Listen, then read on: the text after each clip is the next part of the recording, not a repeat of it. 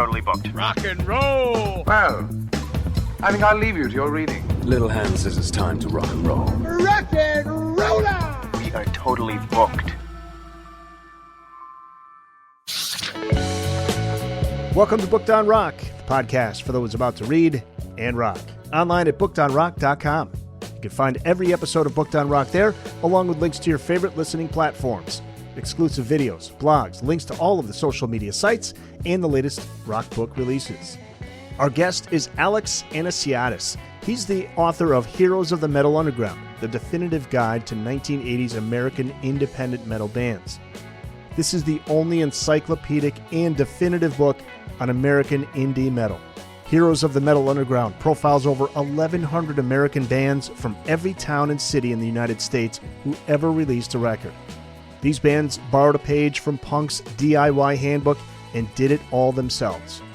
Regional favorites, hometown heroes, tour van veterans, bands who invested their life savings into recording and pressing their songs onto albums for a shot at immortality on vinyl.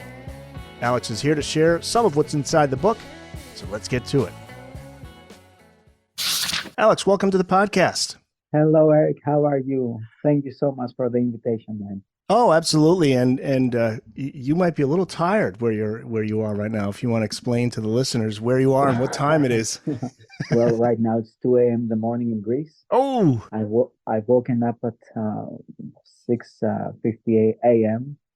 Haven't slept since because I'm working on a full-time role. I'm doing my PhD. I'm writing some new books, etc., etc. So I keep it busy all day long, man. It's like, man, he's hardcore, which is a good segue into this book, because this is for the hardcore fans of metal. Heroes of the Metal Underground, the definitive guide to 1980s American independent metal bands.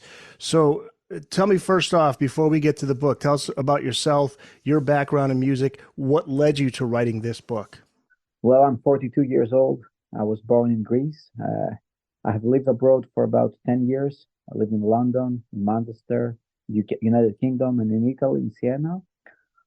And regarding music, the best things I remember from my life are connected with music. I mean, my sister told me that when I was 4 years old, I was going like crazy to a song from a band named King Kurt. It was a rockabilly band, UK rockabilly band, and I was going like crazy in the house. My sister and my brother, they were musicians. I wasn't a musician, but I loved music. You know, they were older than me, and I was getting on their nerves because I was always searching their records and always telling them, okay, play me this song or play me the other song. So it was something like, it was about to happen. I started, collecting records, buying records when I was 11, 12 years old. I fell just in between, the grunge explosion. I was 11 years old in the grunge explosion, and yes, I liked Nirvana or Madhoney, but I needed something that was faster, more raw, more crazy. So this is when I get to meet the hardcore bands. My first hardcore record was Dear Eyes, Four of a Kind. I was 14 years old, and and since then, there was no way back. I started going to shows, listening to that kind of music, loved that kind of music. I was traveling to see bands and buying records like crazy. I started writing books because I thought I was also buying books too, musical books. I loved Ian Glasper's books. I loved Feral House books, for example, American Hardcore. I said, okay, why anybody hasn't wrote about a book about the crossover hardcore punk and metal worldwide? And I was like, I'd love to read that book, right? And okay, why? So I have to do it. Okay, and I did it. And you did it, yeah. 2019 that came out, that book. That's Crossover, yeah. The Edge, where hardcore punk and metal collide, 2019. Yeah, this was my first book. Everybody, my partner said, Alex, you're crazy. You're writing a book in English. It's not your native language. And how are you going to take all those interviews? And I told her, oh, no worries, I'm going to take them because I know those key people in the scene. They like me and blah, blah, blah. And said, okay, go ahead and do it. And when I first got it in my hands, I said, whoa, man, this is what I wanted to do initially in the first place. I was so happy. And Yeah, it's quite a then came rush. Your first published book. That's quite yeah, an accomplishment. yeah. Thank you, man. Thank you, Eric. And the second book was We Can Be the New Wind. I focused on another crossover of hardcore punk with alternative rock. And finally, here we come to Heroes of the Underground. I have to say that being locked down due to COVID for about 2 years in Greece increased my productivity. I said, okay, I have to do something because I'm working remotely, I'm working from home, but I have to do something. I have to write books. I can't go out and work out. I can't go out and run. I can't go do things that I love. So let's write two new books on the same time. It was it was hard, Eric. Okay. Oh, Um, I'm sure after reading this book, the research that it, went into it. it was hard. It was hard. I'm telling you, uh, it was like hell. I was like, man, how there are thousands of bands in the USA during in this decade in the 1980s. But what led me to do it, first of all, it was the DIY nature of those bands. Those bands had a very punk element, sometimes into their sound too, but also into their mindset. They had a very DIY set. They said, okay, I don't care about not being signed by a big label. I'm gonna release my record. I'm gonna book my shows. I'm going to run my tour by myself. So this was very intriguing. Alongside, though, um, I wanted so much to explore how these bands from all over the America were, this all happened simultaneously. There were thousands of bands on the same era.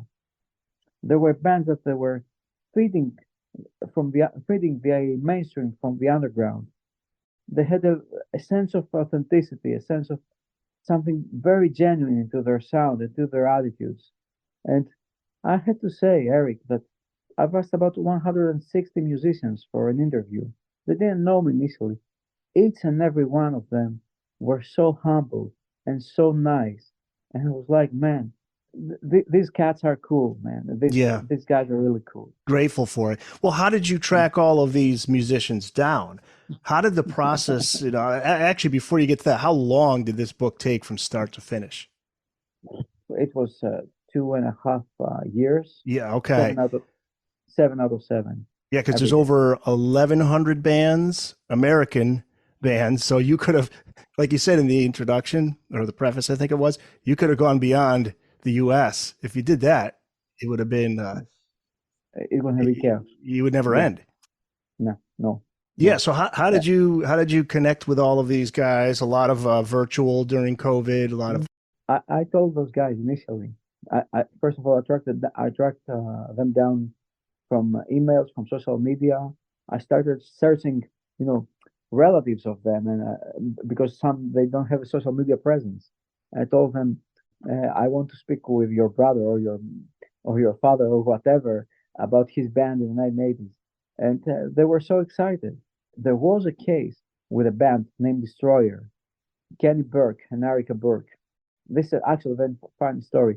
I sent a message to Kenny's father on Facebook and told him, "Hello, I'm Alex. He's 80 years old, and he was very happy. He told me, "Okay, I'm going to give your email to my son." He gave he sent me an email just right away, and we were talking for so many months via email. So actually, we didn't need to take an interview because we're speaking all the time. What's actually very very funny is that his brother is the American cowboy in New York City. Is a guy that plays guitar, dressed as a cowboy. oh, He's in yeah. Times, yeah, he's in Times Square, right? Me and my partner, we went to New York City 6 months ago, and but I was so it was awfully hot, and I was so tired, and I saw that guy, and I said, "Oh, the guy dressed like a cowboy playing guitar."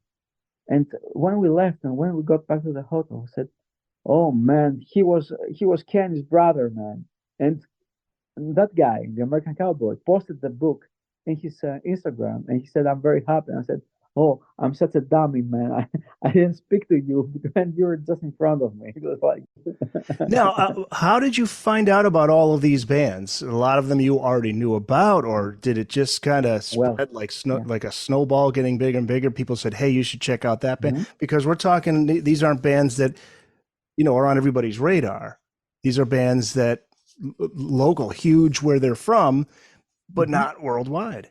First of all, I knew many bands, but obviously not as many But as but I from could have ever imagined. collecting records, collecting Hmm. all that, right? That Yeah. so just over the years, friends would recommend, or you'd be at a record store, hey, check this out. That's how it all Well, came about. what's actually funny is that in Greece, when we are talking about psychedelic rock, garage rock, punk rock, or hardcore, there's no there are no not so many people that are deep into it. But in terms of heavy metal, I mean, like, there's so many people into heavy metal, into crazy obscure bands, into stuff that they have never, and nobody outside, you know, a home village in the U.S., a village in the U.S. has ever heard. So they love this kind of I've stuff. heard that about metal fans, devoted, loyal. Yeah, yeah. I have friends, I have friends that they listen to metal, they listen to punk, they listen to hardcore, and w- through all those years, we managed to swap records, to talk about music, stuff like that. It was like, so I knew so many bands that self-released their record. But what was really, really exciting is that I said there's no way that there are only 100 or 150 bands that I know. There are much more many than those bands. So I started searching in my fanzines, my old fanzines, bands from that self-released their record. I started searching collectors lists, people that collect rare records, their lists one by one. I started searching on Discogs. I started searching everywhere in places that that they're not even in the on the web. Records that have never seen, are not even listed on Discogs or in Metal Archives or stuff like that. This led me to an endless quest. It was like an Yeah, endless yeah. quest.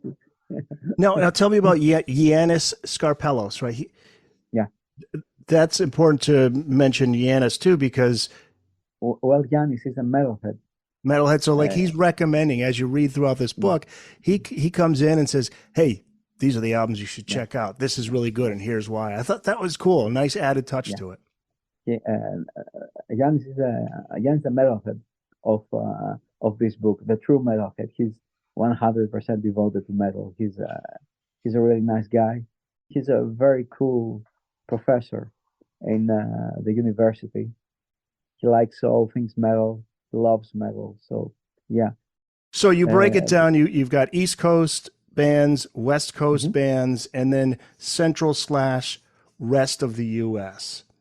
I'm sorry for the northwestern bands, Yeah, but I had to file them under, you know. and uh, quite a few bands. And I can't wait to ask you about some of the bands that formed right near where I'm at. I was telling you hmm before we recorded. You're hmm asking Yeah, yeah. what part of Connecticut I'm from, and I'm right in between Hartford and New Haven. And there are some bands that formed in the New Haven area. In fact, I believe Richie Kotzen, who has gone hmm on to big things, he was in a band I believe that formed in New Haven, if I'm not mistaken. Arthur's Museum is the one Richie Kotzen was a member of. Yeah, They're yeah, called yeah, yeah, yeah, Arthur's yeah, yeah. Museum. Yep. Arthur Shrapnel Museum. Yeah. Records. Fates Warning are from Connecticut, right? Yes, yes. Fates Warning. Yep, Another absolutely. excellent band. Leeds Lord were from Connecticut. Have you ever heard of Leeds Lord? No. See, now a lot of these bands I noticed in the book that are from New Haven area, I noticed a few there. Right before my time, I was born in 72, so I was just a little kid when they formed. So kind of missed out on that. And I'm sure if I was a little bit older, I would have heard about them For those, Ah. just listening, because we do put up a video segment, but Alex is surrounded by vinyl records. Well, the funny thing is that this is our house, and on the same time, this place is our office. This is just in front of me is my office, and next to me is my partner's office. She works as a data analyst, and we work all day here. And just nearby are my records and my turntable where I play records all day. So, Oh, you're in heaven. yeah. Well, Leeds Lord, I want to tell you about Leeds Lord Yeah. because there are Anthony Truglio spoke to me in this book, and you can find his words in the conclusion in the last chapter. The basis of Leeds Lord died yesterday, and he was such a sweet guy. He was a very sweet guy. Oh, he just passed away? He just passed away from cancer. You said yesterday he passed? Yesterday. Oh, my yesterday. God. I was like, I managed to recollect, the Lizard music. I don't know if you like Iron Maiden and Power Slave. Yep. Do you like them? Yep. You should listen to Master Control by Liz Lord. It's that kind of level of intensity, only it is American and it's faster and more raw and crazy. It's one of the best metal records you can ever listen in your life. I'm sorry about over overreacting or over, but it's the truth. It's an amazing record. But now, why did these bands not make it as big as the others? Because that's an interesting thing, because I'm not sure all these bands wanted to get to that level. I don't know if they wanted to deal with the big labels and all the headaches that come with it, while others may have wanted that, but you got to be in the right place, right time, or whatever, right? What's the breakdown in the book as far as that's concerned? How many of these bands just said, I don't give a shit about being on a big label, and how many of them wanted to, but just it never happened? There is an answer to this one, because Manila Road, a band that I suddenly couldn't get an interview because the central character behind that band, Mark Shelton, passed away about 3 or 4 years ago.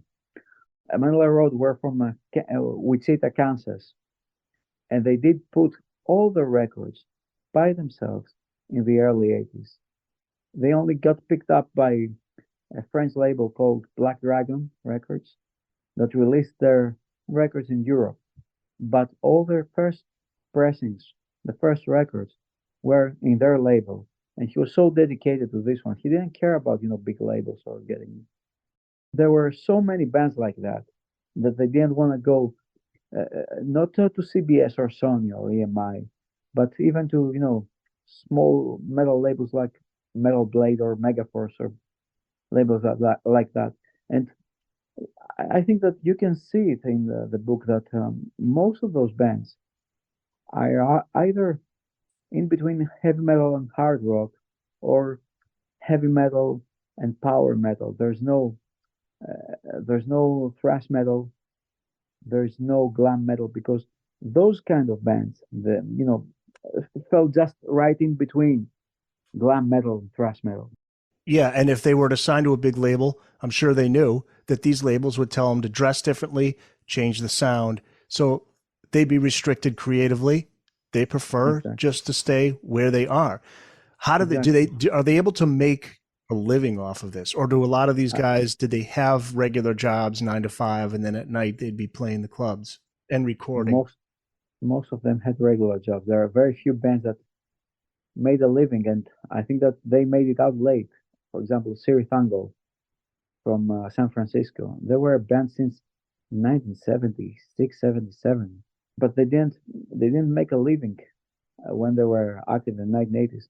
Actually, there's a very funny story of Metallica, because they were in San Francisco there too, calling Siritango as dinosaur rock and mocking them in the early 80s because they didn't go either glam or thrash metal, and they were like, but you can see that the level of authenticity of Siritango is beyond any level. And they're back. They record records again.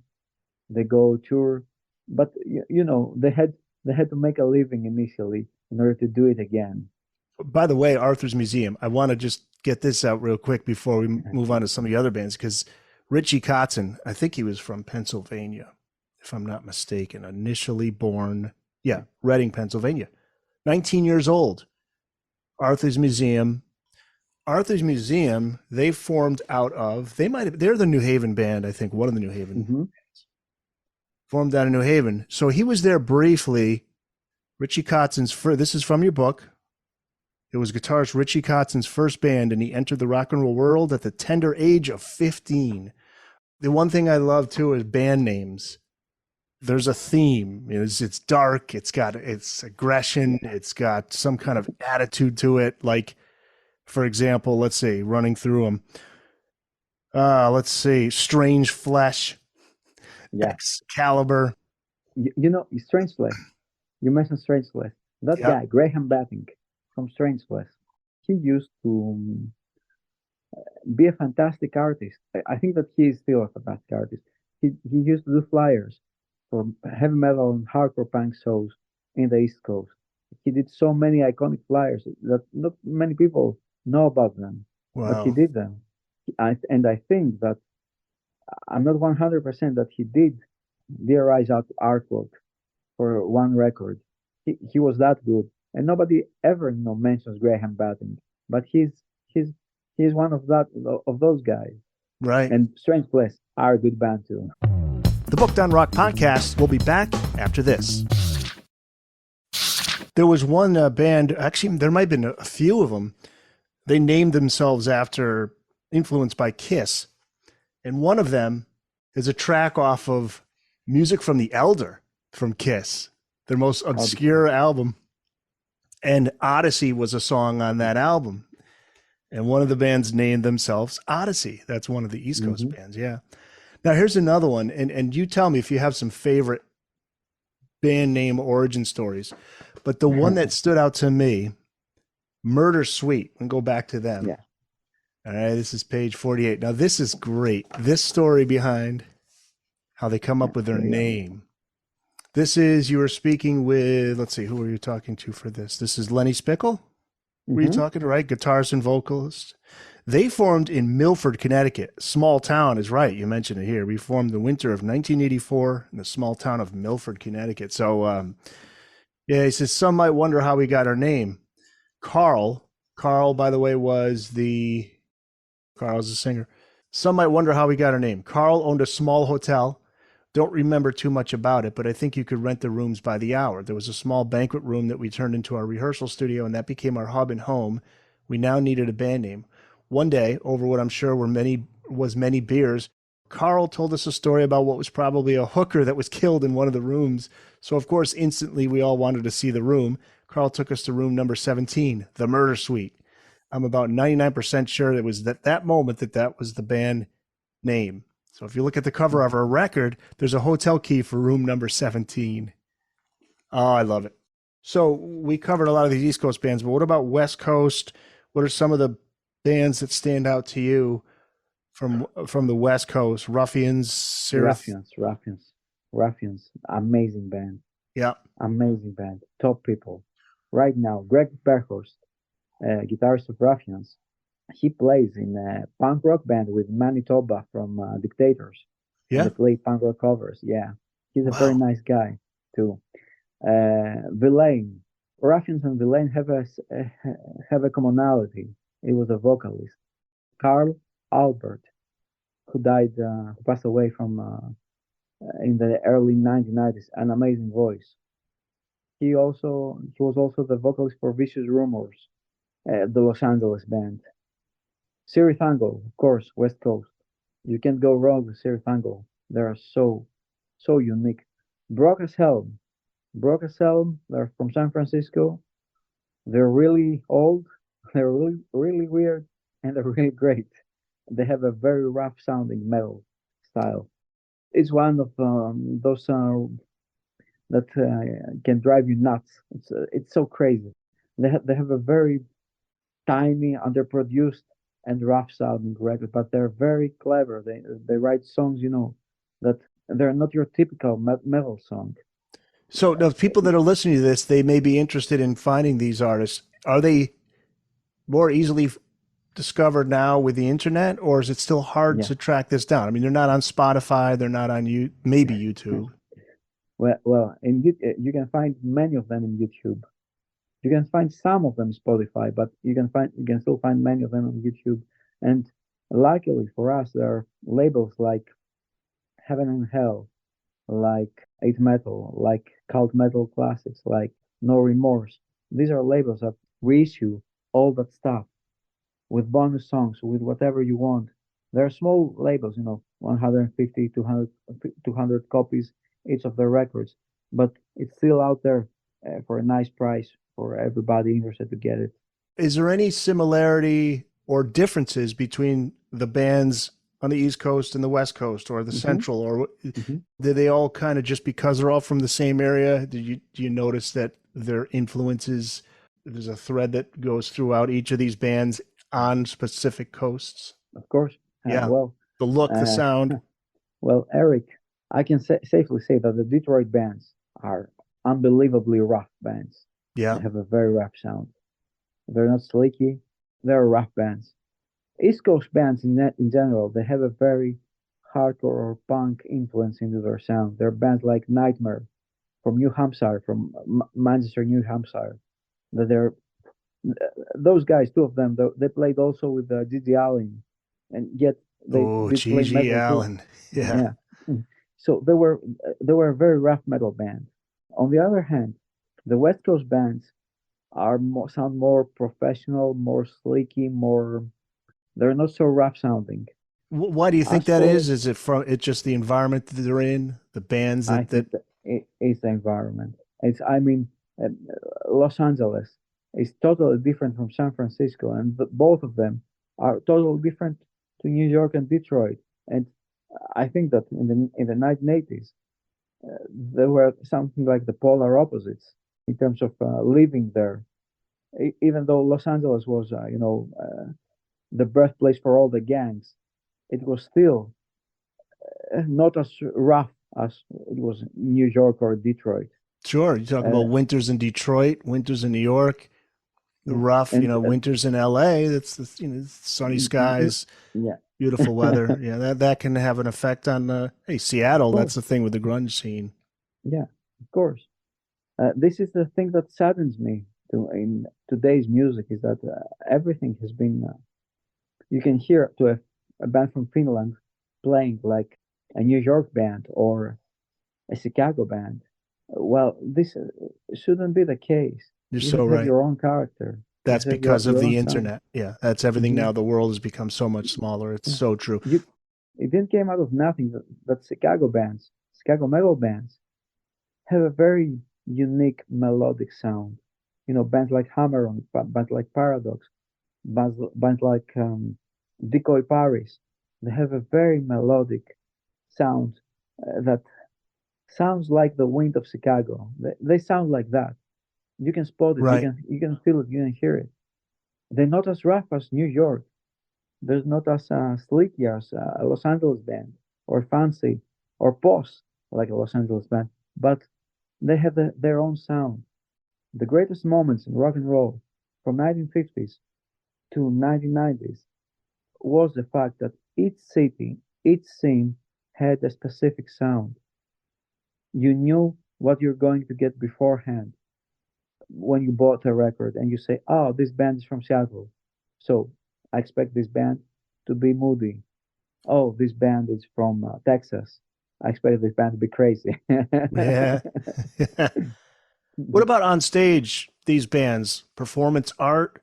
You mentioned Gigi Allen, bands like him doing stuff like he did on stage. I mean, what were or did it just vary? No, I think it varied. I mean, I can think that Nightmare were as crazy, but there were theatrical bands. When you are talking about theatrical bands, you listen to all the time to names like Alice Cooper or Merciful Fate. One of the first theatrical bands in heavy metal was Halloween from Detroit.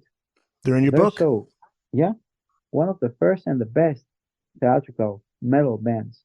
Their shows were explosive, Oh, I remember reading this part. Yes, Detroit's heavy metal horror show.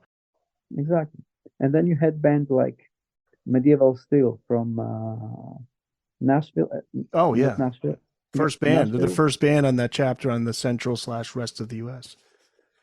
They're from Memphis. They're from Memphis. Yeah, they're from Memphis. Medieval. They're playing in Greece in 3 days from now. In Really? Athens. And those guys, they had. You can check them on YouTube. They're show in 1985, 1986. They did play on full on armored, like they were like knights on stage. Those bands were different. Each one of them had their own style. And here you go, Alex. This is the quote from, talk about medieval steel, right? Bobby Franklin. Mm-hmm. He says, well, you write, in 1984, through their own label, Sir Records, Medieval Steel recorded and released their first 12-inch, simply titled Medieval Steel.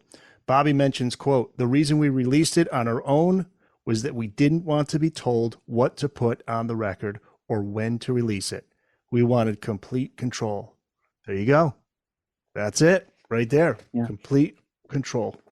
I don't want to be a pain, but Eric, labels that like Metal Blade or Megaforce, they were still, even from early on, I don't think that they did treat fair the musicians and the bands. Why I'm telling that? Because I think that those bands and those labels were the ones that created all the this year's hot take on metal. So you had thrash metal, then thrash metal. After thrash metal, it was death metal, and the thrash metal bands were dropped, or the classic heavy metal bands that those labels had, they were dropped from the labels. So it was really sad for those bands to see that that the labels moved on to another musical trend, leaving them behind. And the market, I think that the market then, it had something for everybody. What's actually very fascinating that it is that by 1981, 82, heavy metal records had only the sales of heavy metal records in the U.S. It was only about 2 to 3 to 4% in the U.S. By 1985, it was 10%, and by 1989, it was 40%. It was a huge market, right?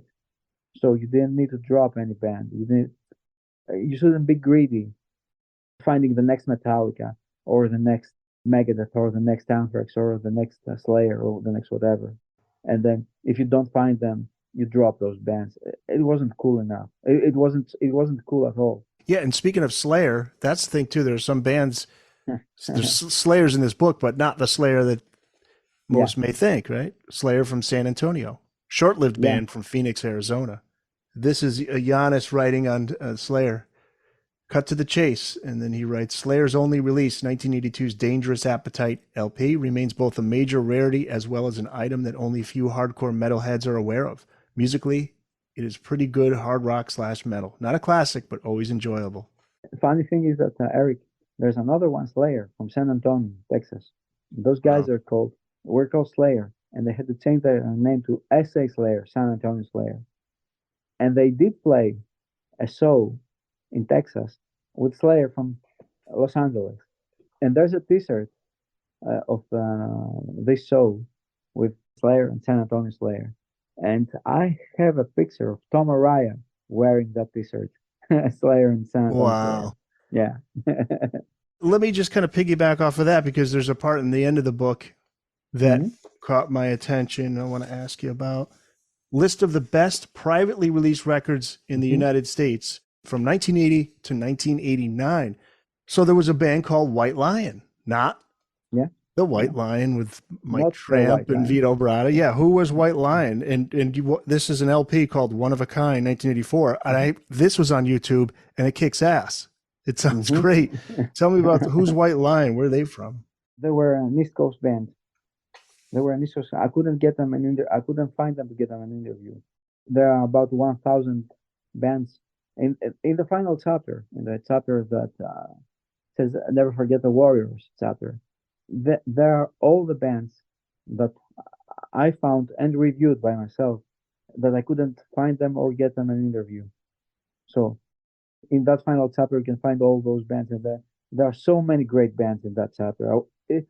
Actually, I have to say that The best time for me while writing this book was this chapter, because I got to listen to so many different stuff every day, and write about those bands that I know that even people that are in this in those bands, and they couldn't find themselves. There was a band named Closing Speed. You can find this band in that section, the section Never Forget the Warriors. Closing The, Speed, you said? yeah, let me find the record. That Yeah. guy from Closing Speed, Nick, has a Greek heritage, and he sent me an email and he told me, "I know that you wrote about our band, and you wrote a story about Metallica and our band. There is a story about them and Metallica." Yeah. What's Yeah. this story? Cliff Barton played for some days or in the Closing Speed. Yeah, Cliff Burton. Wow. yeah. And he sent me a record. Told me, "I want to send you a record, man." And I was so happy. There's also another one band, Lester Maddox, our band that are named from a U.S. Segregationist politician, and they have two records out. And those records, I thought that they were right-wing records, and I wrote in my review that I'm not gonna review those right-wing records because I don't condone any right-wing politics, and I think that this is crap. That guy got the book, found my email, sent me a message, and he told me, "Thank you for having the Lesser Maddox name written on a book, even though I don't agree with us calling us writings, etc., etc." And I told him, "You call yourself Lesser Maddox and you have a song named White Power. What can I Mm. think of?" And he never told me his name. I told him, could I please speak who I'm asking, who am I talking to? And he told me, "No, I like to keep things privately, but all I can do is send you a T-shirt of Lesser Maddox for you to wear." I was like, "Okay." He told me, "Don't worry, there's not gonna be any white power or right wing things on that T-shirt." I was like, "Okay, man." I don't know what to say. How There many are bands. how many guys did you hear from like right after the book went to publishing? Like, oh, like they finally get back to you. Any of those? Every day, every It's too day, late. Yeah. e- every day I get messages. I'm so happy, Eric. For one thing, my goal for the books was like, okay, I'm gonna say it. When I started writing my books, we had so many. We were through hell, through so difficult times with my family. So I had my daughter in the hospital, and I needed this to do something in order to overcome all those things that were in my head. She was Yeah. in hospital. She was in and out in the hospital for 6 months. She was, only 3, 4 years old, and we were so upset about that. And I When said to was my this? partner, 2018, Okay. and we were, and we said, I said to my partner, "Okay, I'm gonna do something about that because I'm gonna go crazy. I have to write a book." And my goal initially, while I was writing that books, my first book, it was like, I'd love to make somebody happy about a band that's found in this book. This is my main goal. I don't want. It was like that, and right now I'm seeing people, musicians, they're sending me that they're so happy with the book, and they send me messages and send me, "Alex, you made my family happy. You made my friends happy." And I'm so happy, and I'm so happy about that, Yeah, Eric. it's awesome. This You're is thi- giving back to these yeah, bands. yeah, You're giving more than you're getting, really. That's what I said. yeah, Like with this podcast, it's just you're doing it because you love it, but also yeah. you don't want it to just be all about yourself.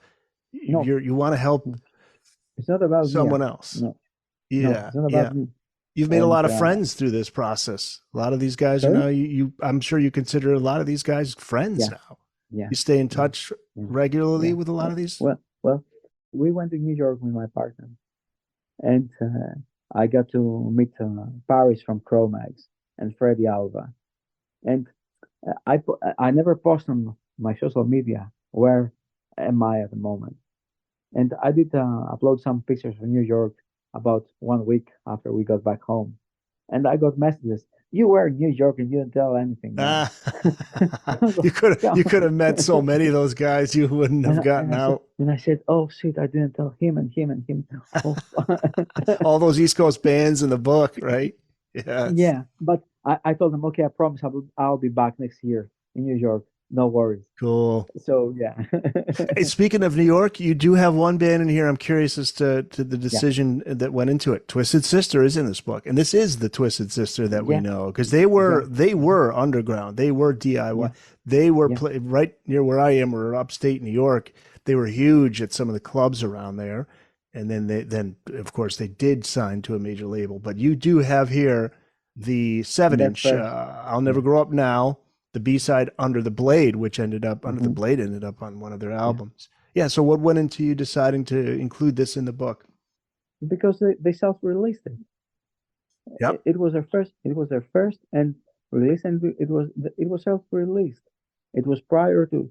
The funny thing is that Eric, that Twisted Sister, they never got a contract from a UK from a US label. The first contract that they got was from Secret Records, a UK label that was releasing only punk records. So Really? Under the Blade was released the first press on Secret Records, and Under the Blade it was re-recorded in 1985 and came out of CBS with a much more polished and sleek sound So than the this first seven press. inch is a different sound. Yeah.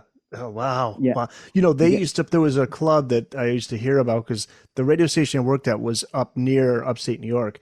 And people used to tell me back in the day there was a place, I think they called it the Fore and After. And Twisted Sister would pack that place. Pack it. You know, they had a huge following. A huge yeah, following. yeah. Which that's the other question I had. Like what about like some of these bands, what would be like the biggest attendance numbers that they would get? I don't really know about the crowd in the US, but I can safely say about some bands in Europe when they came to Europe, they were treated like gods. I mean, Yeah. Manila Road, they were treated like gods. They were like they played in packed places, 1,000 people, while in their own town, Wichita, in Kansas, maybe not even 50 people were attending because nobody was interested in them. So yeah, Right, right. um, Wow. Yeah, this is a great book. It's not it's you don't necessarily have to read it from start to finish. You could just go in, check out a few bands here and there, discover that band, look them up on YouTube, listen to them, seek them out, maybe get some of their records, and it's just a fun read. The Heroes of the Metal Underground, the definitive guide to 1980s American independent metal bands, and we got to give credit to Feral House who publishes it. Feral House is really cool. They have a lot of these types of books yeah, that support the underdogs in music. And exactly. And I've got one question for you, Eric. Which was the band that you didn't know that you found in the book, you listened to and you liked it? well, I got to tell you that White Lion I think stands out to me. What about you? Do you have favorites Yeah, from yeah, the book? yeah, Yeah. yeah. Number one favorite. Basically, no, I'm not gonna give a number one, number two. Well, Street Child from New York. Yeah. Street Child, they have a huge Iron Maiden sound. They're so inspired. They have great lyrics too, personal lyrics. They're such a nice band. Yeah, they're one of the first Spectral, bands in the book, page yeah, 27. So yeah, they're right up there. They're yeah. the second band mentioned from the East Coast bands. Yeah. Who does the artwork for their album? Beautiful. I think that it was one person from of the band, And you and lead with hands down one of the most wanted holy yeah, grails by metal collectors worldwide is Street Child's eponymous 1989 12-inch EP, something that is totally justifiable since we're talking about one of the highest quality private metal releases overall. Initial pressing of 500 copies is nearly impossible to get a hold of. Do you have it? I'm sure. no, You don't. no, and there's a very ugly story behind this one. Rob Origlio, the guy that I got to interview from Street Child, he got the book. He posted the book on Facebook, and I got a message from a friend of his, but who wasn't my friend. And he told me, "Okay, Alex, Robert told me about the book, blah blah blah blah." I was a roommate from one of the members of Street Child, and he left me about 100 records of Street Child when he moved, and then I moved too and got married, and I didn't know what to do with the records, and I called him, and he told me, "Okay, flush them, throw me the trash can or whatever," and he did through these records. And when they found out that this record cost, each one of them cost about $1,500. Oh my God. Yeah, It's, exactly. it's like throwing away like a rookie Babe Ruth card or something, like a mint Mickey Mantle Exactly. card. That was a very sad story. I was like, come on, man. Wow. The other band that I loved was Spectral Incursion. Spectral Incursion. I can't really tell you how great this is. This is a, a very weird progressive metal record. Very weird, very clever, great lyrics, great musicians, and great everything. And I have a story for that band too. Yeah. Two members from that band, Spectral Incursion, they did play in a punk rock band, Broken Toys, and they did tour Europe. And I already had their records, the Broken Toys records, and didn't know about that connection. I was like, when I was speaking with them, and I told me, do you know Broken Toys? And I told them, "Oh, of course, I've got your records too." And I sent them a picture of their records. I said, "Man, you gotta have the Spectral and Kirsten too." And they did send it to me, as a gift. Thank you, Alex. This is a gift from us. And this band is a great band too. It's not it's not just a rarity, but they're very very weird and unbelievably clever progressive metal band. They make Face Warning sound as usual.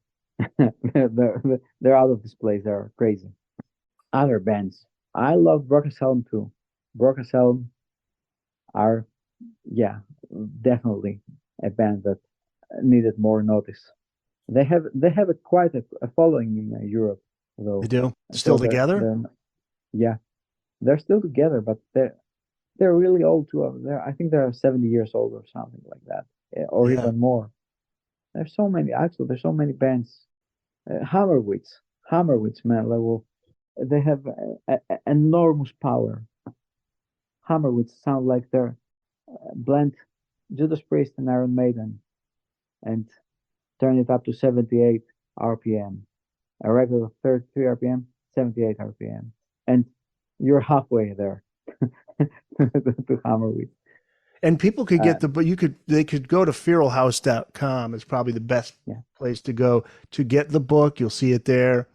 Where can people connect with you?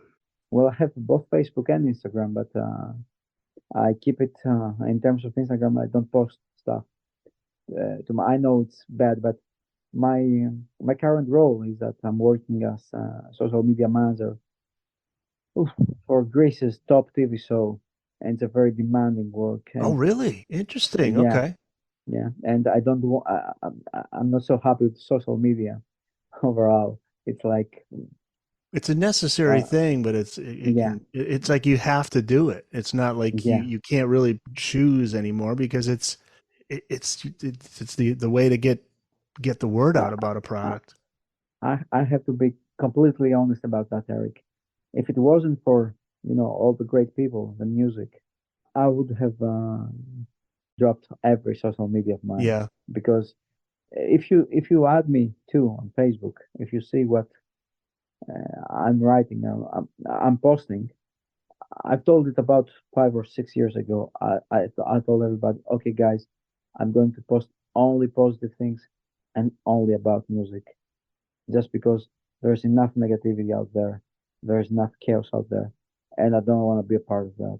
If I delete you, sorry, guys, something must have been wrong with you because I don't accept nasty stuff, nasty comments, bigotry, Yeah, I mean, somebody recently said, racism. Racism. Yeah. Most of social media is antisocial. It's Yeah. things that people would say, things that people wouldn't say if you were in the same room with that person. Exactly. You would never And- say that to them if they were standing right in front of you, because you'd probably get knocked out. But you say it because because you're a million miles away. You're not even using your real name. Yeah, it's true. Yeah.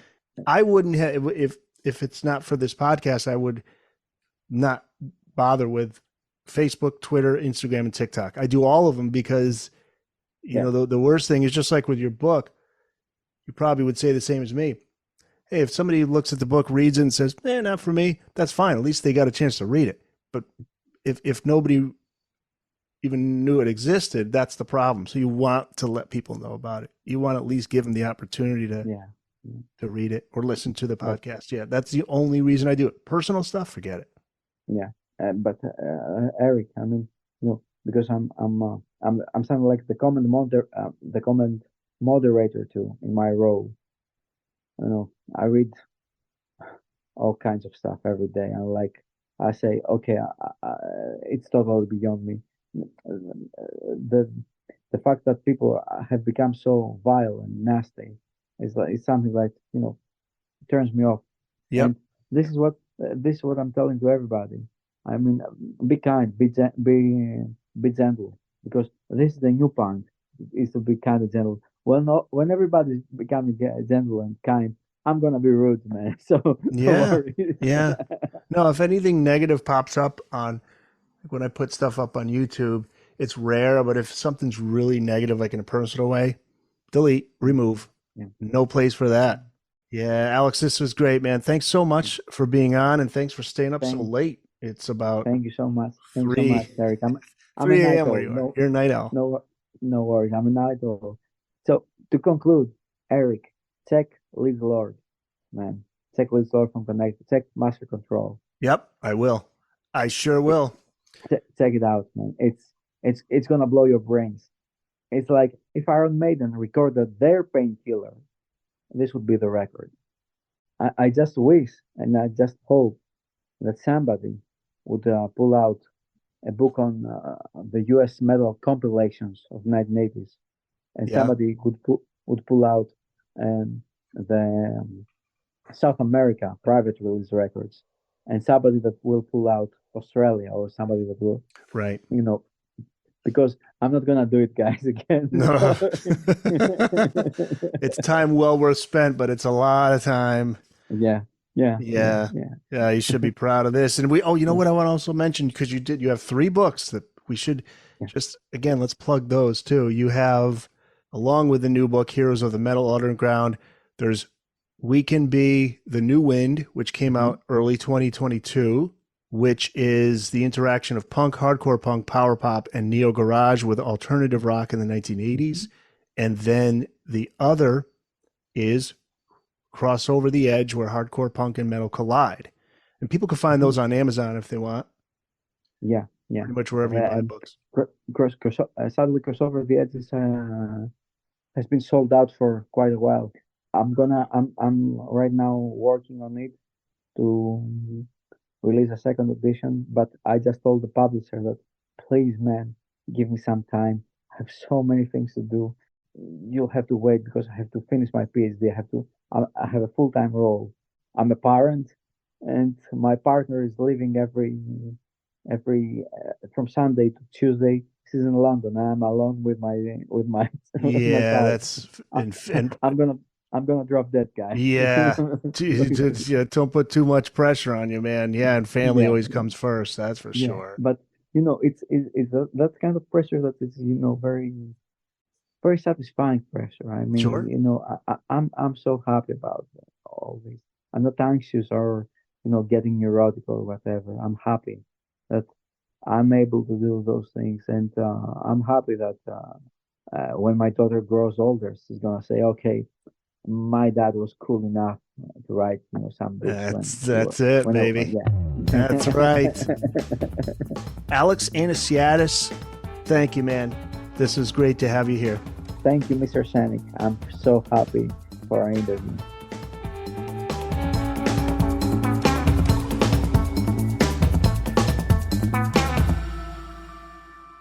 That's it. It's in the books.